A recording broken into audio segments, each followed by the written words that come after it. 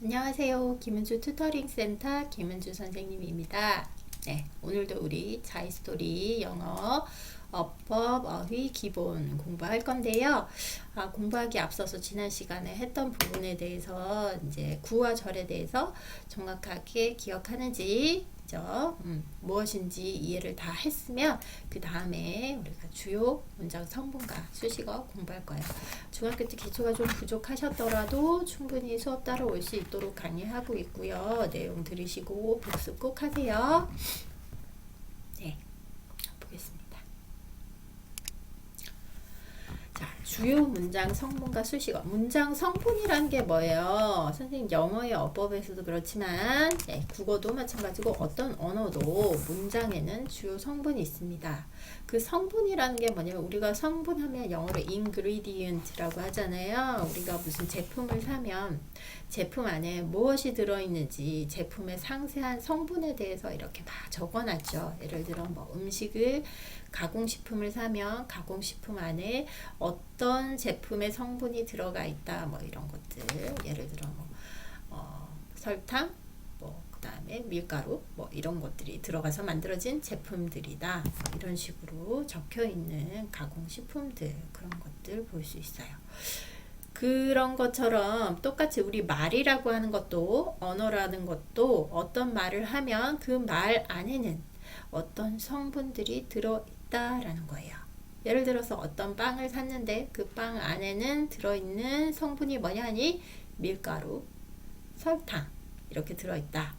그 다음에 이스트 이렇게 들어있다. 그러면 말에도 똑같이 문장의 성분, 말의 성분이 있어요. 주어, 그 다음에 동사, 목적어, 보어 이런 것들이 성분으로 쓰여서 말의 문장을 만들었다 라는 거예요. 이해되셨죠? 네. 그럼 쉽게 이렇게 설명을 해드렸으니까 문장 성분이 뭐냐, 문장의 필수 구성 요소 뭐 이런 거 들어봐야 잘 기억도 안 될 테고, 성분이라고 하면 우리가 가공식품 만들 때 그 안에 들어가 있는 성분들이 몇 가지였더라, 그쵸? 그런 거와 마찬가지로 말이라는 것도 성분이 있다.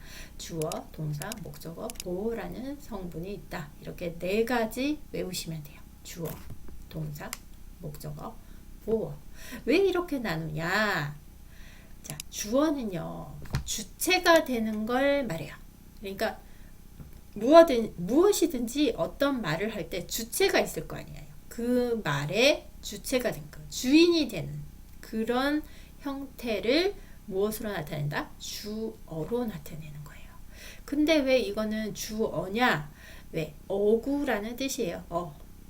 알겠죠? 동사와는 좀 달라요. 동사는 여러 가지 묶음 형태도 있을 수 있지만 사라는 게 붙는다 하면 하나의 단위를 뜻하거든요. 근데 주어라고 하는 건 어구라고 해서 하나의 그물에 들어있는 뭐예요? 묶음 같은 거예요. 그러니까 양파 한 묶음 뭐 이런 식이에요. 감자 한 묶음. 그죠? 이런 것들이고 동사라고 하는 것은 하나의 뭐죠? 네. 각이 잡혀있는 정확한 하나의 물건 뭐 이런 것들이에요. 그렇게 쉽게 이해 중학교 때부터 공부를 좀 등한시 하셨어도 기초가 약해도 쉽게 이해할 수 있어요. 그래서 그런 주체는 주체가 되는 말로 어떤 게 있냐? 명사, 대명사 그에 해당하는 어구가 주로 주어로 쓰일 수 있다. 그럼 주어에는 품사 중에서 명사나 대명사 또는 그의 뭐예요? 동등한 그죠 기능을 할 수 있는 어구가 온다. 그러면 주어보가 길어지면 가주어 이슬 형식상 주어 자리에 쓸 수 있다. 왜냐하면 주어가 너무 기니까 대체어로 그거 이렇게 대체어로 쓸 수 있다라는 뜻이에요. 그러면 실제 주어인 진주어는 문장의 뒷부분으로 옮겨지는 경우가 많죠. 우리 말에도 그런 것들이 있습니다. 주어가 너무 길어지면 말을 이해하기 힘드니까 그거는 물건이야. 그런데 그게 뭐냐면 이러면서 뒤에서 물건은 물건인데 이렇고 저렇고 이렇게 얘기하는 것들이 대부분 다 선생님 말씀드리는 이 가주어를 쓰고 뒤에 형식상 가주어를 쓰고 뒤에 문장의 뒷부분에 진짜 주어에 관한 내용을 옮겨두는 것입니다. 자, 문장 보고 예시로 우리가 얘기를 한번 해봅시다. 첫 번째, learning a foreign language is interesting. 자, 여기서 주어가 뭐예요? learning a foreign language. 영어. 여기선 영어인데 외국어를 배우는 것은 interesting, 흥미롭다, 재미있다라는 뜻이죠. 자, 여기서 주어에 해당하는 부분을 우리가 s로 쓸게요. 이 s의 부분이 어구로 나왔어요. 제법 길다 보니까 이거를 가주어로 is로 나타내시고 it is interesting 하고 뒷부분에 나타내면 learning a foreign language 라고 뒷부분에 진짜 주어를 나타내실 수 있는 형태입니다. 그래서 이렇게 두 가지로 나타낼 수 있어요. 자, 그 다음에 동사.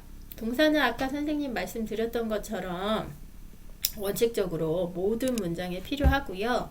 상태나 동작을 나타내니까 동작이나 상태를 나타내는 거예요. 주체의 동작이나 상태를 나타내는 말입니다. 그래서 이 동사만 있어도 문장이 돼요. 명령문 같은 거. 그죠? Go ahead. 앞으로 쭉 가세요. 주체가 없죠? 그죠? 근데 불특정한 누군가한테 명령문을 제시하는 거예요. 그런 식으로. 자, 동사는 반드시 문장에 있어야 돼요. 근데 선생님, 뭐, 동사도 없는 문장도 있던데요. 네, 그거는, 뭐라고 해야 되죠? 그러니까 불완전한 것이긴 한데, 옵스, 이런 식으로 놀람을 나타내는 의성의태어 또는 그런 기타 등등의 감탄, 이런 등등의 문장을 나타낼 때는, 명사나 그에 준하는 대명사, 어구, 이런 것들로 나타내기도 해요. 네. 그런데 기본적으로 문장에는 모두 동사가 필요해요. 이해하시고 있으면 됩니다. 자, 그 다음에 He told me that she loved this country. 자, 그는 나에게 말했어. 뭐라고 말했어? 대절 보이시죠? 관계사절. 그녀가 떠났다. 이 나라를. 그녀가 이 나라를 떠났다고 나에게 말했다. 주어는 he가 될 거고요. 주어 he의 동사는 told가 될 것입니다. 자, 그래서 여기서 동사는 정확하게 전체 문장의 동사는 told, tell의 과거 told가 되겠죠. 그죠? 그 다음에 종속절, 대절 안에의 동사는 주어가 she니까 left, 떠났다, leave, left, 그죠? leave의 과거, left가 바로 동사가 됩니다. 그 다음에 They gave me a big hug when I arrived. 그들은 뭐예요? 주었어요. 무엇을? 나에게 아주 big hug, 뭐예요? 꼭 껴안았다는 뜻인데 나에게 big hug를 주었다라고 한 큰 뭐예요? hug 안는 거잖아요. 껴안는 것을 주었다는 건 아주 크게 안아주었다 라고 해석하시면 되고, 여기서 동사는 gave가 되겠죠? 그런데 부사절이 있어요. when I arrived. 그죠? 그래서 종속절인 부사절에 있는 동사는 arrived가 되겠습니다. 이해되셨죠? 자, 그 다음에 목적어. 목적어는 동사가 나타내는 동작이나 상태의 대상이 되는 말이에요. 없어도 문장이 불완전하긴 하지만 이해를 할 수 없는 것은 아니고요. 목적어를 수반하지 않는 경우도 많아요. 동사 자체로 의미가 다 통하는 것들도 많기 때문에 문장에 목적어가 없는 경우도 있습니다. 그런 여러 가지의 문장의 형식을 중학교 때 다 공부하셨어야 됐어요. 목적어 한번 볼게요. 동사가 나타내는 동작이나 상태의 대상이 되는 말이고요. 명사, 대명사, 그에 해당하는 어구가 목적어로 쓰일 수 있습니다. 목적어가 길어지면 가 목적어, 이것도 역시 가주어 마찬가지로 가 목적어 it을 형식상 쓸 수 있고 목적어 자리에 쓰시고, 실제 목적어, 진짜 목적어, 진 목적어는 문장의 뒷부분으로 옮기시면 돼요. 그쵸? 그 다음에 I enjoy working along the coast. 코스트는 해변이라는 뜻이에요. 해변은 조금, 이 코스트는 다른 의미예요.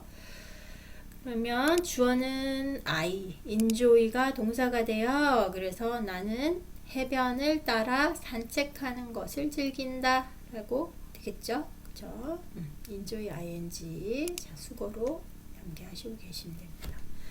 그 다음에 진아 thought it her duty to help him. 자, 진아는 뭐라고? 그녀에게 그녀가 그를 돕는 게 의무적인 것이라고 생각한다. 그러니까 당연히 그녀는 그를 도와야 한다라는 거죠. 여기서 주어는 진화가 되고요. thought는 think의 과거예요. 그래서 생각했다라는 거고, 목적어가 와야 되는데 이 목적어 자리에 진 목적어가 to help him인데 목적어가 좀 길어서 뒤로 둔 거예요. 그래서 이거는 그녀가 그를 돕는다라는 문장에서 to help him을 뒤로 빼놓은 거예요. 이해되셨죠? 그리고 이 진짜 목적어의 주어에 해당하는 부분도 있어요. Her duty is 뭐예요? To help him 이거예요. 그러면 얘는 선생님 문장 분석 좀 다시 해줄게요. 자, 진아 중요하니까요. 목적어 진아 이거는 진목적어 가목적어를 떠나서 이 문장을 분석할 줄만 알면 큰 문제가 없어요. duty to help him 이렇게 되죠. 자, 여기서 주어라고 했고 동사라고 했어요. 그 다음에 목적어인데 가짜 목적어라고 했고 여기가 진짜 목적어라고 했죠.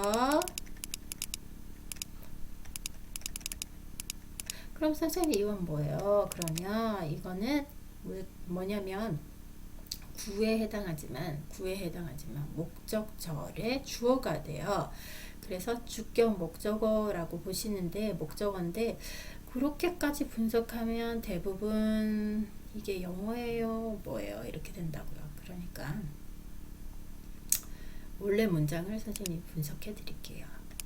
원래는 어떤 문장이냐면 진아 thought가 think의 과거라는 건 아시죠? 여기까지 쓰시고요. 그 다음에 that이 옵니다. 원래 that이라는 종속절이에요. 대절 목적절이죠. 크게 보면 그 다음에 her duty가 주어예요. 그 다음에 뭐예요? is가 와야 돼요. 그 다음에 to help is 또는 was가 와야 돼요. 근데 앞에 과거니까 우리가 뭐예요? 맞춰줍시다. 시제 일치 반드시 일치하지는 않아도 돼요. 그렇지만 시제 일치해줘야 돼요. 왜냐하면 진화는 과거에 think가 아니라 thought 과거에는 그렇게 생각했다. 여기서 현재형 her duty is to help him이 나와도 무방한 것이 이거는 그냥 일상적으로 늘 그를 돕는 것이라는 게 고정되어 있다라는 뜻이에요. 그러니까 과거나 지금 현재나 미래에도 항상 그녀의 의무는 그를 돕는 것이다. 그렇게 놓아도 지나 과거에 그렇게 생각한 거를 절대 진리라고 한다면 상관없어요.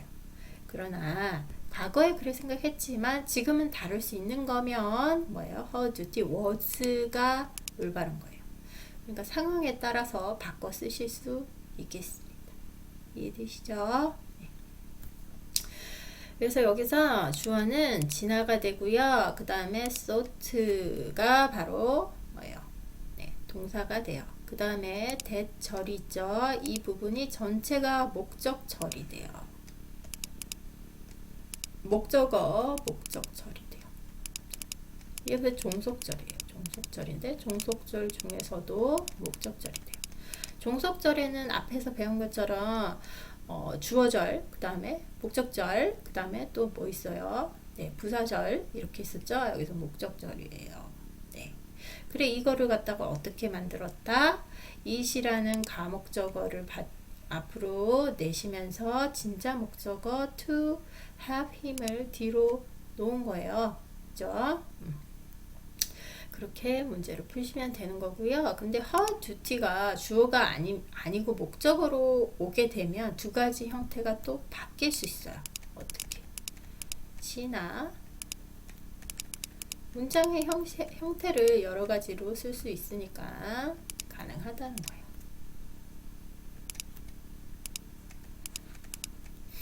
약간 수준이 높아지네요. 그죠? that 한 다음에 to have him 그 다음에 is her duty 또는 was her duty 이렇게 오면 돼요. 근데 그렇게 나오면 that 뒤에 to 부정사를 쓸 수 있어요. 이렇게 되거든요. 그래서 문장이 어색하니까 her duty를 앞으로 놓고 가주어를 놓은 거 아닐까요? 아니에요. 이렇게 돼요, 문장이. 근데 이렇게 된 문장에서 to help가 문제예요. 문제예요. 여기 helping이 돼야 되는 거 아니에요, 선생님? 맞습니다. 여기 틀렸어요. 원래 helping이 돼야 돼요. 자, 여기서부터는 좀 어려우니까요. 내가 기초 부족하다라는 학생은 안 보셔도 돼요. 이 부분은. 네. 자, 그러면 원래는 어떻게 분석이 돼야 되나? 문장 분석하는 거예요. 자, 놓으시고, 자, 그녀가 쉬죠. 그죠? 그래서 그녀가 그를 돕는 거잖아요. 그래서 이 문장 전체가 주어로 와야 돼요. 그래서 her helping him 이라고 오는 게 더 정확해요. 그쵸? 이해되셨죠? 그럼 그걸 주어로 나타내면 she have him이라고 나타내셔야 돼요. 근데 she have him이 뭐예요? 네, 내용이 너무 길죠. 그래서 어떻게 와야 된다? is로 받는 겁니다. 이해되셨죠? 그래서 it was 그 다음에 her duty라고 두시고 it was her duty 그것은 그녀의 의무입니다. 그 다음에 helping him인데 여기서는 to 부정사로 바뀌어주시는 게 더 올바른 거예요. 자, 이건 어느 정도 수준이 있는 분들이 들으셔야 돼요.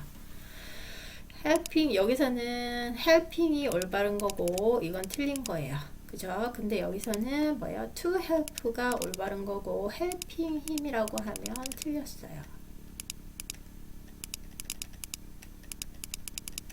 이해되셨죠? 자, 여기까지 고난도 문제 해결하시면 되겠습니다. 9번 문제를 하실 때 이렇게 문제 해결을 해주시면 돼요. 그래서 여기서 보시면 가주어 is는요, that은 굳이 필요 없다라고 하시면 was를 날려버리시면 되는 거예요. 여기서는 동사를 생략할 수 있겠죠? 그죠? 동사를 생략하고 그대로 문장을 나타내시면 돼요. 왜? 동사 is가 생략돼도 되는 관계사 it이 가목적으로 나왔기 때문이에요. 여기서 가목적어는 관계사, 종속절이었기 때문에 관계사를 생략하고 있는 역할도 하고 있는 겁니다. 네, 여기까지 오늘 수업했고요. 그 다음에 보어에 들어갈 건데요. 시간 관계상 선생님이 문제풀이는 다음 시간에 하고요. 오늘 목적어까지, 문장 성분의 목적어까지 설명을 했네요. 그럼 보어는 쉬우니까 간단하게 설명하겠습니다. 자, 주어나 목적어의 의미나 상태를 보충 설명하는 일이에요. 그러니까 보어는 보세요. 보충하는 어구라는 뜻이니까 당연히 주어나 목적어의 의미 상태를 보충 설명하는 거고, 명사, 대명사, 형용사 또는 그에 해당하는 어구가 보어를 쓸 수 있어요. 형용사까지 사용 가능하다는 거 이거 꼭 알아두시고, 주격 보호, 목적격 보호가 있죠. 주어의 성질이나 상태를 보충 설명하면 주격 보호. 목적격 보호는 목적어의 성질이나 상태를 보충 설명하면 목적격 보호가 되는 것입니다. 그래서 Gina became a painter 하면 뭐죠? Gina가 주어. 그다음 became이 뭐예요? 과거 형태의 동사. Gina는 뭐가 되었다? 화가. 페인터라고 했으니까 화가가 되었다 라고 하면서 진화와 화가는 동격이죠. 그죠? 등호가 성립하죠. 그래서 이건 주격 보어가 됩니다. 그 다음에 목적격 보어는 My little brother made me upset. 여기서 목적어와 upset이 격이 같죠. 그죠? 대상이 같다라는 뜻입니다. 내가 upset, 화가 났다라는 거죠. 그죠? 나의 동생이 나를 화나게 했다라는 것에서 동생에 대한 주어는 made고요. 나는 upset이라는 거예요. 그래서 이건 정확하게 만들면 My little brother made that I am upset. 이렇게 놓으시면 돼요. 그죠? upset이 여기서 보어로 쓰였어요. 근데 여기서 upset은 동사로 쓰였다라고 하면 I upset 동사로 쓰였다 그러면 make가 뭐예요? 동사 하나를 더 원형으로 쓸 수 있죠. make는 사역 동사이기 때문에 그래서 원형으로 나온 거예요. 그 다음에 This jacket will keep you warm. 여기서 this jacket과 will keep 했으니까 will하고 keep은 동사예요. will은 조동사 되겠죠. 그래서 this jacket will keep you warm. 여기서 목적어인 you가 warm, 따뜻한 상태로 유지하도록 해준다라고 했으니까 이 warm이라고 하는 것이 보호인데 목적격 보호가 되겠죠. 목적어와 동격을 이루는 것이니까요. 네, 여기까지 수업 마치겠습니다. 네, 이상 김은주 튜터링 센터 김은주 선생님이었습니다. 감사합니다.